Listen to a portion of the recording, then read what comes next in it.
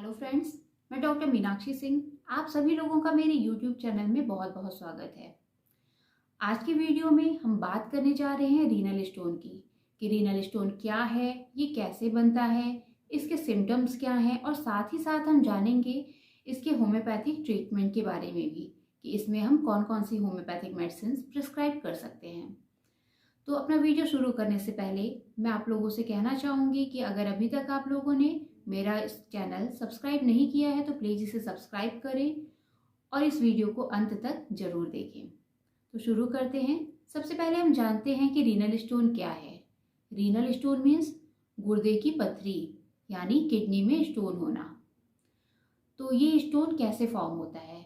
हमारी बॉडी में बहुत सारे मिनरल्स पाए जाते हैं, जैसे कैल्शियम है, ऑक्जेलेट है।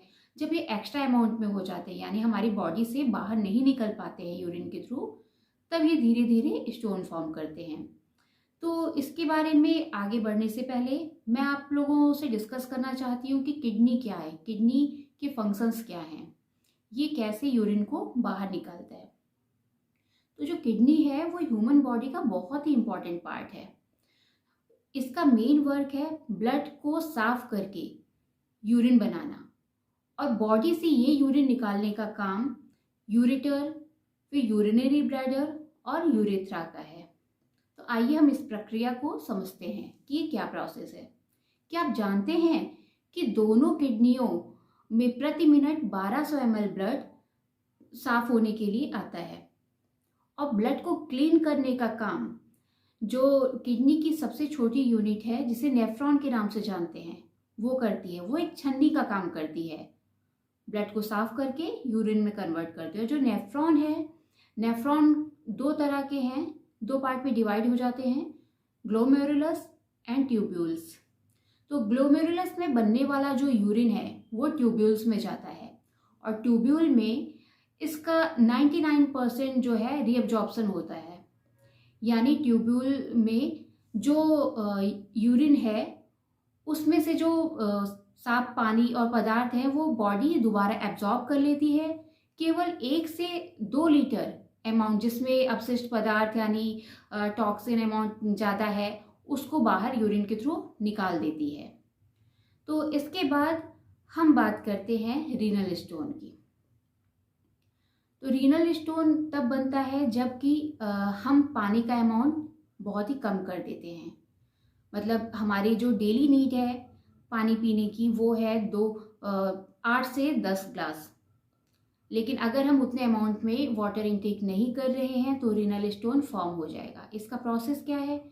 जब हम पानी कम अमाउंट में लेते हैं तो हमारी किडनी में एक एसिडिक इन्वायरमेंट फॉर्म हो जाता है, जिससे कि उसमें धीरे जो मिनरल्स हैं जो निकलने चाहिए नहीं निकल पाते हैं, और वहाँ पर छोटे छोटे से क्रिस्टल्स फॉर्म कर लेते हैं। अगर बॉडी में तभी भी पानी का अमाउंट नहीं जा रहा है ज़्यादा मात्रा में, तो वही क्रिस्टल्स लेयर, उसमें लेयर बनती जाती है और क्रिस्टल जो हैं स्टोन का फॉर्म ले लेते हैं।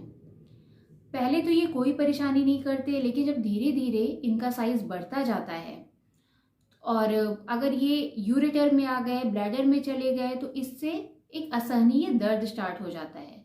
इसमें जो स्टोन का पेन होता है अनबियरेबल होता है, बिल्कुल सहन करने वाला नहीं होता। और जो पेन होता है वो किडनी में दोनों साइड में जो किडनी है वहाँ से लेकर के और बैक में जाएगा, और वो पेन लेग में भी आ सकता है। इसके साथ ही साथ इसमें अगर इन्फेक्शन ज़्यादा बढ़ गया है तो फीवर होने के भी चांसेस रहते हैं, और सिवरिंग भी होती है। किसी किसी पेशेंट में नोजिया और वॉमिटिंग की भी कंप्लेंट देखी जाती है। और ये किन किन केसेस में होते हैं? जो स्टोन है, अगर आप पानी कम पी रहे हैं, इसका मेन कॉज यही है कि अगर वाटर इनटेक आपका कम है, जो आपको पीना चाहिए, जो आप उतना आपकी बॉडी में नहीं जा रहा है, अगर बॉडी में नहीं जा रहा है तो जो अमाउंट में जिस अमाउंट में आपका यूरिन एक्सक्रीशन होना है तो वो नहीं होगा। उससे जो गंदगी है और मिनरल्स है एक्स्ट्रा, वो सब वहाँ पर जमा होते जा रहे हैं। सबसे मेन रीज़न रीनल स्टोन का ये है। Second, UTI. अगर आपको लॉन्ग टाइम तक यूरिन में इन्फेक्शन है तो उस केस में भी आपको रीनल स्टोन या ब्लैडर स्टोन ये हो सकता है। तो इसलिए ज़्यादा से ज़्यादा अमाउंट में पानी पीना चाहिए, जिससे कि हम इसको अवॉइड कर सकें। Third, Crohn's disease. Crohn's disease में भी ये भी प्रोन करता है कि आप में छोटे छोटे से स्टोन बन जाए, क्रिस्टल बन जाए। तो इससे बचने का सबसे अच्छा तरीका है कि आप जितना पानी पिएंगे उतना आपका यूरिन एक्सक्रीशन होगा और गंदगी अंदर जमा नहीं हो पाएगी। अब हम बात करते हैं इसके होम्योपैथिक ट्रीटमेंट के बारे में भी। होम्योपैथिक में रीनल स्टोन के लिए बहुत अच्छी अच्छी मेडिसिन्स हैं, और जिससे कि लोग गारंटी से इलाज करते हैं, हाँ कि बिल्कुल ठीक हो जाएगा। और ये सच्चाई है कि अगर आप सही डोज में सही टाइम पे मेडिसिन लेंगे तो आपका स्टोन बिल्कुल निकल जाएगा बिना किसी परेशानी के। तो सबसे पहले मैं आपको बताना चाहूँगी, इसमें एक मेन मेडिसिन है लाइकोपोडियम 1 ml। लाइकोपोडियम 1 ml को हमें वीकली लेना है, 2 ड्रॉप डायरेक्ट टंग पर। इसका मेन सिम्टम क्या है कि लाइकोपोडियम में आपको यूरिन में बर्निंग बहुत ज़्यादा होगी, पेन होगा, और साथ ही साथ जो यूरिन होगा उसमें थोड़ा ब्लड का अमाउंट भी आएगा। अगर जैसे फ्लोर पे आप देखेंगे तो यूरिन जहाँ होगा वो वहाँ पर थोड़ा सा रेडिश स्पॉट छोड़ जाता है। तो ये स्टोन के लिए बहुत ही अच्छी मेडिसिन है। और इसके बाद आता है R27। ये एक बहुत ही पैक्युलर मेडिसिन है। R27 ये आप रीनल स्टोन, ब्लैडर स्टोन या फिर यूरेटर कहीं भी है, आप इसको यूज़ कर सकते हैं। इस मेडिसिन का आपको 10-10 बूंद लेना है दिन में 3 बार। इसको कंटिन्यूस करना है। इसके बाद एक मेन कॉम्बिनेशन है, वो मैं आपको बताना चाहूँगी, मदर टिंचर का है। इसमें 5 रेमेडीज आती हैं, जिसमें पहला है बर्बेरिस वल्गैरिस मदर टिंचर। ये मेनली बाई साइड अगर आपको पथरी है तो उसमें वर्क करता है। इसमें भी आपको रीनल रीजन में पेन बहुत ज़्यादा होता है। और सेकंड मेडिसिन है परेरा ब्रेवा। ये इसका काम जो है, ये भी हम मदर टिंचर में यूज़ करेंगे, और इसका मेन काम है स्टोन को तोड़ करके छोटे छोटे टुकड़ों में करके ब्लैडर यूरिथ्रा के थ्रू बाहर निकालना यूरिन के साथ इसको। और इसके बाद से थर्ड मेडिसिन इसमें आएगी सारसापरेला।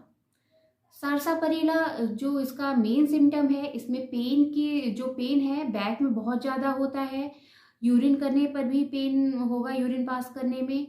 और जो यूरिन होगा अगर उसको जैसे हम सैंपल के लिए देते हैं तो उसमें या कंटेनर में कहीं रखते हैं तो इसके जो सरफेस पे वाइट कलर की एक लेयर बन जाती है। ये इसका एक मेन सिम्टम है। साथ में बैक एक बहुत ज़्यादा होगा। ये भी स्टोन के लिए बहुत ही अच्छी मेडिसिन है। इसके बाद है हाइड्रेंजिया। क्यों, ये भी हम इसके लिए बहुत अच्छी मेडिसिन है। इसको भी हम मदर टिंचर के फॉर्म में ही यूज़ करेंगे। और last lycopodium mother tincture. Lycopodium जैसे मैंने आपको बताया कि इसमें बर्निंग ज़्यादा होती है, पेन होता है पेशेंट को, और यूरिन के साथ कभी कभी ब्लड भी पास होता है।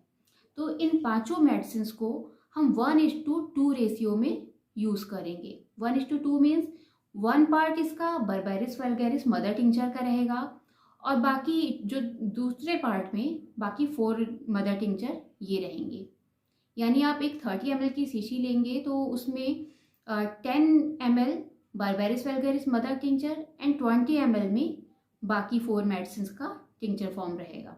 और इस कॉम्बिनेशन को आप 3 मंथ तक लगातार यूज़ करें, 10 ड्रॉप TDS यानी दिन में 3 बार। इससे आपका जो स्टोन है वो बाहर निकल जाएगा, आपको दिक्कत भी नहीं होगी। और ये जो है बहुत ही अच्छी और सक्सेसफुल कॉम्बिनेशन है स्टोन के लिए। किसी को भी अगर कोई परेशानी है स्टोन से रिलेटेड तो आप इसको दे सकते हैं। आप मुझसे कंसल्ट भी कर सकते हैं। और इसके बाद क्लियर स्टोन, ये SBL का एक ड्रॉप है जो कि बहुत अच्छा वर्क करता है। जैसे अचानक से पेन बढ़ गया, रीनल पेन, तो उसमें इसका बहुत अच्छा रोल है पेन को कंट्रोल करने में। जैसे अगर पेन होने लग जाता है तो हमें एलोपैथिक मेडिसिन लेना पड़ता है, पेन किलर लेना पड़ता है, लेकिन इसको अगर आप कंटिन्यूअस ले रहे हैं इन मेडिसिन के साथ में तो आपको पेन किलर की कोई भी ज़रूरत नहीं होगी। इस वीडियो में मैं बस इतना ही कहना चाहूँगी। और अगर आप लोगों को मेरा वीडियो पसंद आया है तो प्लीज़ इसे लाइक, शेयर एंड सब्सक्राइब ज़रूर करें और अपने फैमिली मेम्बर में भी शेयर करें जिससे कि वो भी इसका फ़ायदा उठा सकें। धन्यवाद, मिलते हैं नेक्स्ट वीडियो में।